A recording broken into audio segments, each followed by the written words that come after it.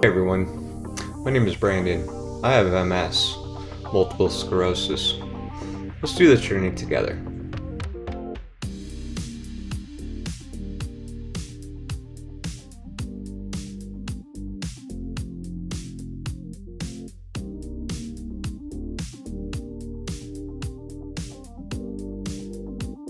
MS, multiple sclerosis. One of the biggest issues, problems that I face is I'm unable to balance at all. I need to use a cane whenever I walk. I forget words, how to say words. Ankles, knees, feet are just constant in pain. My back is always in pain as well. And the craziest experience I've had so far with MS is that at night, especially at night when I'm trying to sleep, my feet literally feel like it's in a fireplace. They are on fire. I use different creams and things like that to try to help, with the pain, but that's a new one. The pain that I have in my knees and ankles, especially my ankles, they feel like they're broken. Years ago I used to be a surfer, a skateboarder, definitely much younger than I am now, but I never had a problem with balance. And, I've broken my ankles, or, severely injured them before, and that feels like the same thing that I have going on right now, and it's constant. And backpedaling a little bit, being a skater or surfer, as a younger age, balance was never an issue, ever. And now I am off balance all the time. Haven't had an alcoholic beverage in 3 years plus, and I walk around like I'm drunk because I have no balance at all. I have to use a cane anytime I walk, and only short distances. There's no walking long distances or anything like that. Constantly tired, all the time tired, just no energy. I wake up in the morning, take my daughter to school, and it is a struggle just for me to get out of bed, brush my teeth, go downstairs, get in the car, take her to school, get out of the car with my cane, walk into school with her, and it's just a nightmare. And I didn't know that with the form of MS that I have, well, I just really didn't do a lot of research, so I didn't realize it's a disease that can really handicap you, to a point of being in a wheelchair, not having, the ability to eat and drink like you want to, so on and so forth. So it's been a difficult time for me. I said I was diagnosed a year ago, a little over a year ago, and during the whole diagnosis part of it, it was a nightmare to say the least. Multiple doctors giving me different diagnosis. I was told I had Parkinson's. I was told I have cerebellum atrophy, which is a part of the MS, and then just multiple other things. I mean, it's just been a crazy journey, and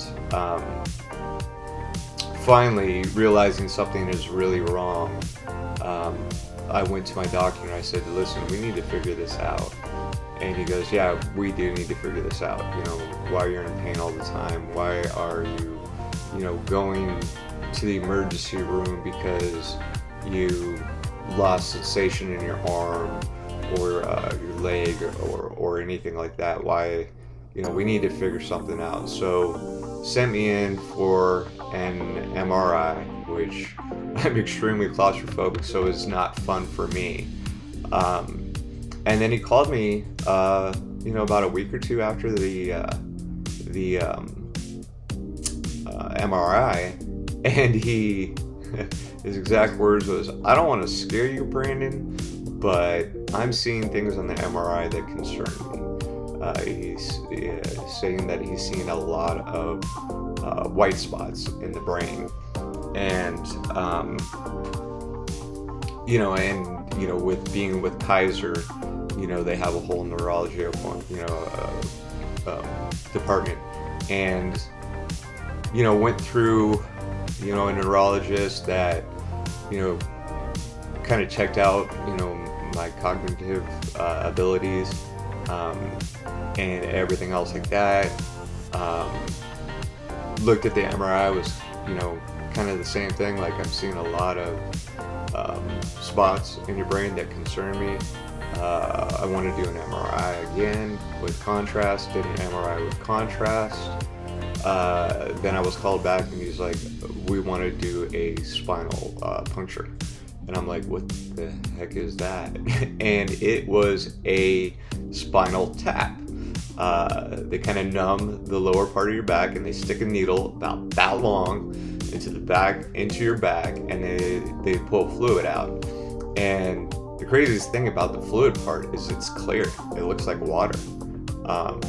And that was not a fun experience, because while he was trying to do the spinal tap, he kept hitting different nerves in my back that would make my legs go numb or crazy, feel like they're lightning bolts, so on and so forth. Wasn't a fun experience, but after everything was all said and done, I lived through it. I mean, it sucked. And then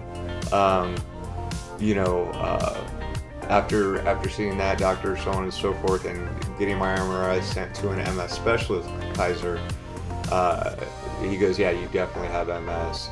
Come in, meet with me, and let's figure this out. Let me show you and explain to you what is going on." And he showed me my MRI, showed me the white spots, with the spinal tap, with the fluid that they pull from that. They see if there's any issues in there, so on and so forth. And he just said, "You have relapsing, remitting multiple sclerosis, MS." And I was like, "Okay, what do I need to do?" And the first thing he said is, "You need to quit drinking." I'm like, "I did that 3 years ago. No problem there." And he goes, "Okay, well then I need you to quit smoking cigarettes." And I'm like, that one's hard. And he goes, "But Brandon, the problem with cigarettes, especially for people with MS, it is a very debilitating thing when you smoke cigarettes." And and I'm not here saying that I've completely quit smoking cigarettes. I still have that addiction, but I hope to be kicking that fairly quickly here. Especially with the new diagnosis, and that's kind of my reason for this video. So I was newly diagnosed when I saw my MS doctor with it was relapsing remitting MS, and now it's primarily progressive MS, which MS is a progressive disease that can debilitate anybody to an extreme. Luckily I'm not that bad, but after getting that, and him doing my cognitive tests and walking, standing, the whole 9 yards, it's funny, it's like a DUI checkpoint or DUI check, touch your nose, silly things like that. But after doing that, he didn't say anything to me. It was kind of rushed. This is right after the pandemic kind of slowed down a little bit, but it was hard to get the message from the doctor saying that your MS is progressing. And I've done, rituximab infusion. I've changed my diet somewhat. My next video is going to be on hopefully my quit smoking and starting a new diet, whether it's the Mediterranean paleo diet, so on and so forth, and see if that helps. There is a doctor named Dr. Terry Walls that she had MS, and it was so progressive that she was actually in a wheelchair, and with her diet and exercise she cured her MS. And I don't believe it, but I'm gonna try it. I've had multiple people tell me that they have a friend, they have a family member that has MS, and they tried this diet and it didn't cure them, but it definitely helped. Getting rid of inflammatory foods, so on and so forth, leafy greens, fruits and vegetables, things like that. So my next video is going to be my transition to a diet that is more in tune with what Dr. Terry Walls said. There's no research or proof behind her claims, but I'm very skeptical about it. I see a lot of videos, YouTube, Belong, different MS type boards, so on and so forth, that say don't fall for it because she's just trying to sell her book. Which I believe, if you're a doctor who has a cure for MS, why would you not tell everybody about it for free? Why do I need to buy your book?